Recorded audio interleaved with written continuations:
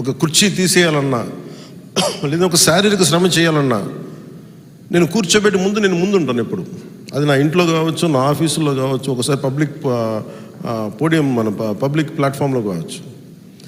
అందుకని ఎప్పుడు కూడా నా ప్రత్యేకమైన నా కోరిక, ఎవరైతే శ్రామికులో పనిచేసే వాళ్ళకి should be given highest respect. ఆ డిగ్నిటీ ఆఫ్ లేబర్ని గుర్తించాలి. ఒక శాస్త్రవేత్తకి ఎంత గౌరవం ఇస్తామో శారీరక శ్రమ చేసే వాళ్ళకి కూడా అంతే గౌరవం ఇవ్వాలి. అది మనసులో ఉండాలి. అది చెప్పి అందుకే నేను ప్రత్యేకించి మీరు ఎందుకు చాలాసార్లు మీరు నన్ను ఎందుకు ప్రత్యేకించి కొన్ని సందర్భాల్లో చూస్తుంటారంటే అది నేను చూపించగలిగే కృతజ్ఞత. అన్నిటిలో భాగంగా నేను నిన్న మీటింగ్స్ మాట్లాడుతూ ఉంటే మనకున్నది చాలా దుర్భిక్షం ఉంది. విపరీతమైన ప్రత్యేకించి కొన్ని జిల్లాలు ఉన్నాయి. ప్రకాశం జిల్లా, అనంతపురం జిల్లా, మన పల్నాడు ప్రాంతం, బాగా నీరు అంతా కలుషితం అయిపోయిన పశ్చిమ గోదావరి జిల్లా, లేదంటే ఇక్కడ మన అవనిగడ్డ బందర్ లాంటి చోట్ల ఉప్పు తవ్వితే నీళ్ళు ఉంటాయి కానీ అది ఉప్పుతో కలిసి సెలినిటీ ఎక్కువ, ఉప్పుతో ఉండే నీళ్ళు. అటు శ్రీకాకుళం వెళ్తే అక్కడ గ్రౌండ్ వాటర్ పొల్యూట్ అయిపోయి అక్కడ CKD లాంటి కిడ్నీ డిసీజెస్. సో ఇప్పుడు ఏమైపోయిందంటే రక్షిత నీరు చాలా చాలా ప్రాధాన్యం అయిపోయింది. ఇదివరకులాగా మనం ఒక బావి తవ్వుకు నీళ్లు తాగుదామంటే ఇబ్బందికరమైన పరిస్థితులు. మన కేంద్ర ప్రభుత్వానికి 87,000 కోట్ల రూపాయలు ప్రతిపాదనలు పంపాము. మాకు జల్ జీవన్ మిషన్కి కావాలి అనేది. వాళ్ళు పరిశీలిస్తున్నారు. దానికి యాజ్ ఆన్ టుడే మనకి ఈ రోజుకి 28,000 కోట్లు మనకి అనుమతులు ఇస్తామని చెప్పి, భవిష్యత్తులో దాదాపు 29,000 కోట్లు మనకు అనుమతి ఇచ్చారు. భవిష్యత్తు 2028 వరకు మేము దీన్ని కంటిన్యూ చేస్తాం. ఆ తర్వాత అప్పుడు పరిస్థితులను బట్టి చూస్తామని చెప్పారు. కేంద్ర ప్రభుత్వానికి కూడా పరిమితులు ఉంటాయి కాబట్టి ఆల్రెడీ మనం చేయాల్సిన అవి పూర్తి చేస్తాం. దాంతోపాటు అదనంగా పనిచేయాలని ఒక 57,000 కోట్లు కావాలి. సో ఈ సందర్భంగా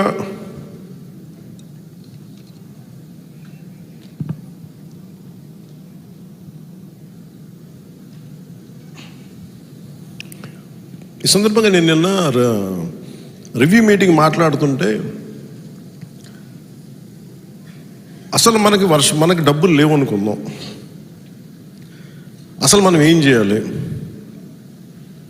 అంటే, డబ్బులు లేకపోతే, కేంద్రం నిధులు లేకపోతే ఇంక రాష్ట్రం పనిచేయదా? ఒకవేళ కేంద్రం ఇప్పుడు యుద్ధ వాతావరణంలో ఉంది, రేపు పొద్దున్న ఆర్థికంగా కేంద్రానికి కూడా ఇబ్బంది ఉండి అదనంగా మనకు నిధులు ఇవ్వలేకపోతే మనం ఏం చేయాలి? దాని మీద సారాంశం అంటే రక్షిత మంచినీరు ప్రతి ఒక్కళ్ళకి కలుషితం కాని నీరు ఎలా ఇవ్వాలి? కనీసం 55 లీటర్లు పర్ హెడ్ ఇవ్వాలి. ఇది ఎలా చేయాలి? దీని మీద మాట్లాడుతూ ఉంటే ముందు అనిపించింది, విపరీతమైన వర్షాలు పడతాయి. మనకి వర్షపు నీటిని మనం దాచుకోలేము. మనం ఉన్న తటాకాలని, చెరువుల్ని మనం కలుషితం చేసేసాం.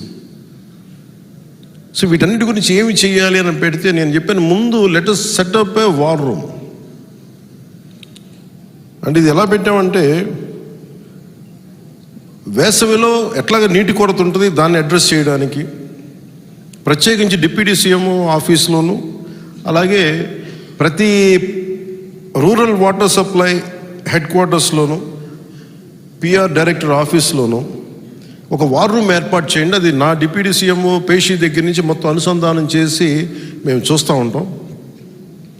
ఎందుకంటే మీరు గ్రామాల్లో ఒక చిన్నపాటి సమస్య చెప్తే, ఈ వాటర్ ముఖ్యంగా ఈ సంక్షోభంలో నీటి సంక్షోభం కనుక ఉంటే ఇవి చెప్పాలి అంటే వెంటనే దీన్ని అడ్రస్సింగ్ మెకానిజం ఉండదు. మొన్న నేను ఏదో ఒక గ్రూప్ మీద పెట్టాను. వాళ్ళు నాకు రెగ్యులర్ పంపిస్తూ ఉంటారు.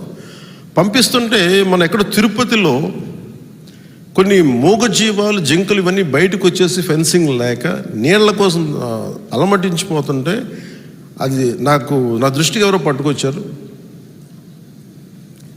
అది నేను చూసి వెంటనే ఆ చెదారాన్ని క్లియర్ చేసి వాటికి 2 ఈ వాటర్ పాయింట్స్ని అక్కడ ఒక 3 రోజుల్లో దాన్ని చేయించగలిగాం.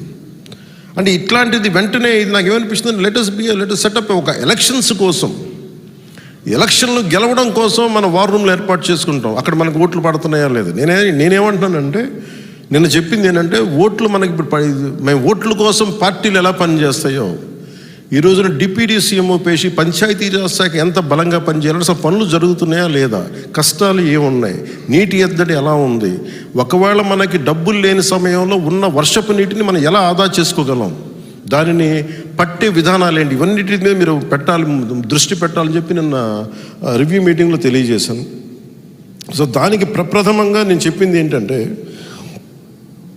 మనం వర్షపు నీటిని వృధా చేయకూడదు, వర్షపు నీటి సేకరణ పైన అవగాహన ఉండాలి. మనం వర్షపు నీటి వృధా చేయకూడదు, ప్రతి ఇంటికి కమ్యూనిటీ భవనాలకి వర్షపు నీటి హార్వెస్టింగ్ పద్ధతులు ఏర్పాటు చేయాలి. మనం రోజు తాగే నీటి అవసరాల కోసం, భవిష్యత్తు తరం కోసం నీటి నిల్వను పెంచడానికి చర్యలు తీసుకోవాలి. ఉపాధి హామీ పథకం ద్వారా వర్షపు నీటి సంరక్షణ నిర్మాణాలు ఏర్పాటు చేయడానికి ప్రభుత్వం సంపూర్ణమైన సహకారం అందిస్తుంది. అలాగే రెండవది తాగునీటి ఫిల్టర్ బెడ్లు. అంటే ఏదైనా సరే అసలు ముందు ఫిల్టర్ బెడ్స్ ఎంత దారుణంగా ఉన్నాయంటే,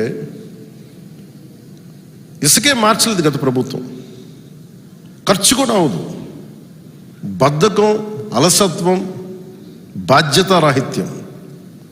అలాంటి నేను ప్రప్రథమ చెప్పింది ఏంటంటే, ముందు అసలు ఫిల్టర్ బెడ్లను పరిశీలించండి, అందరూ అవసరమైతే మరమ్మతులు చేసి శుద్ధమైన నీటిని అందించండి. ముందు ఫస్ట్ లేయర్ ఆఫ్ ఫిల్టరింగ్ జరగాలి అని చెప్పి ప్రతి 13,326 పంచాయతీలతో పాటు దాంట్లో ఉన్న దాదాపు 35,000 హ్యాబిటేషన్స్తో కూడా అసలు ముందు ఫిల్టర్ బెడ్స్ ఉన్నాయా లేదా, దాన్ని ఎలా సరి చేద్దాం. సింపుల్ ఇసుక మారిస్తే చాలా వరకు అయిపోతాయి. అలాగే ఆర్ఓ ప్లాంట్ల నిర్వహణ, ఎవరు పట్టినా సరే ఆర్ఓ ప్లాంట్లో నీళ్ళు ఇచ్చేస్తున్నాం అంటున్నారు. దాని మీద ఎలాంటి నిర్వహణ లేదు, తనిఖీ లేదు. ప్రతి వాళ్ళు కూర్చోబెట్టి నేను ఒక RO reverse osmosis water plant పెట్టేసుకుని నేను అమ్మేసుకుంటున్నాను. కరెక్టే, నువ్వు ఇస్తున్నావా, కరెక్టేనా, దాంట్లో ఎంత కలుషితం ఉంది, అది నిజంగా ఒంటికి మంచిదేనా? ఈ మధ్య 2-3 టెస్టులు చేస్తే ఉండకూడని ప్రమాణం